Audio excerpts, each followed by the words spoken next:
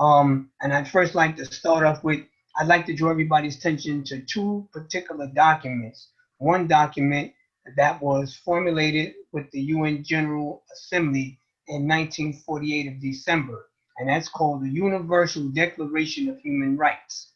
The second document I will point your attention to, which is the Standard Minimum Rules for the Treatment of People in our prisons and jails, another UN General Assembly resolution document, which is now known as the Mandela Rule. And both of these two particular documents speak to the humanity of treating people humane while in the custody of our prisons and jails. So, with that said, I would like to just briefly just say that, I guess you can, we call ourselves survivors of solitary confinement. And by the grace of God, as a person that was held a cumulative period of 2 years in solitary confinement, intermittently off and on. And you hear people talk about the long-term effects psychologically. You hear people talk about the effects that solitary places upon a person that's in solitary confinement. And then you look at what happens to people after they are released from solitary confinement.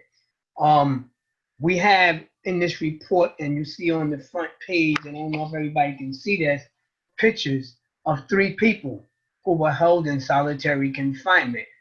And it's unfortunate that these people lost their lives as a result of being placed in solitary confinement and or took their lives.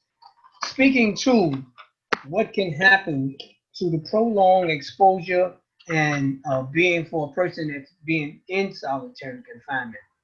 And here we are with the halt solitary confinement in this year, in this date, in this time, still calling for the abolishment and the reduction of the use of solitary confinement, because solitary confinement serves no purpose other than punishment.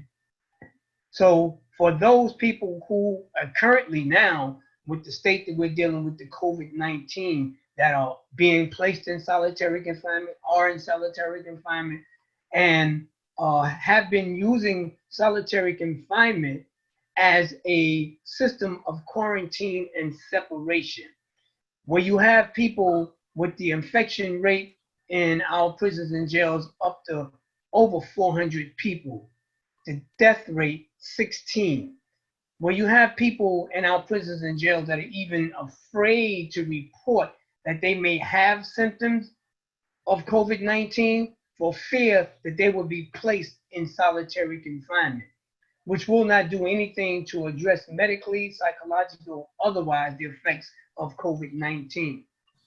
Our legislature, unfortunately, we thought there would have been some change because we're having democratically control, as well as having 2 people of color heading both houses of the legislation, Andrea Stewart Cousins in the Senate and Carl Heastie in the Assembly, where you thought that we would have been successfully have passed the halt solitary confinement bill by now and had been placed on the governor's desk for signing into law.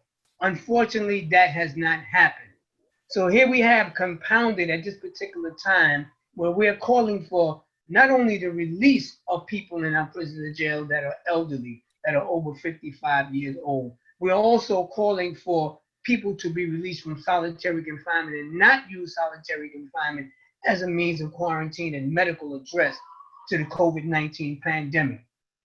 What we say here to our legislatures, to our Senate and our Assembly leadership, that we would have expected you to be more humane and more considerate in considering the lives of our people and our prisons and jail, which we are considered the most vulnerable of populations. Because if it is bad out here, it is worse than there.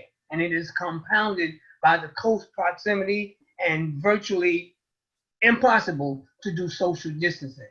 So we're calling on you, our legislators, our leaders of the Senate and the Assembly, to do the right thing, consider people's lives, consider the families of those people's lives, and let our people go past the halt bill now.